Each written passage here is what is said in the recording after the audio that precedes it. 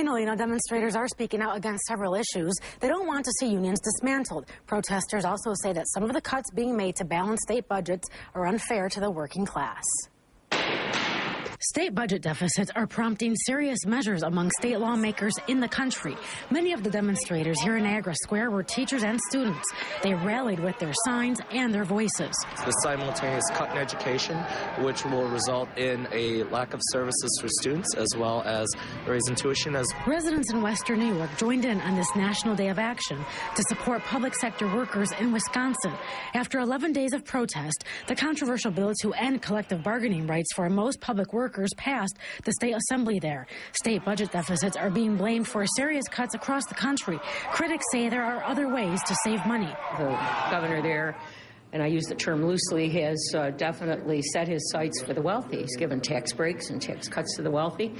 At the same time, he wants to balance his budget on the backs of workers. Western New Yorkers don't want to see that happen to them. We found another packed house at this town hall meeting in Cheektowaga.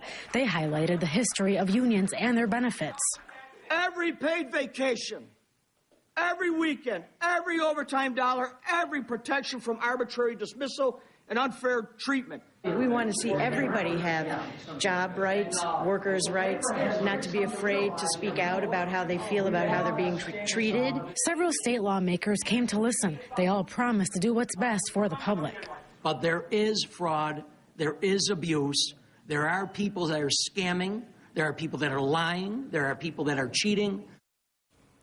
State lawmakers are in the middle of their own budget negotiations in Albany. New York State has a $10 billion budget hole, and there was one topic that made a lot of people boo in the audience today, and I'll have more on that at 10 and 11. Trisha Cruz, News 4.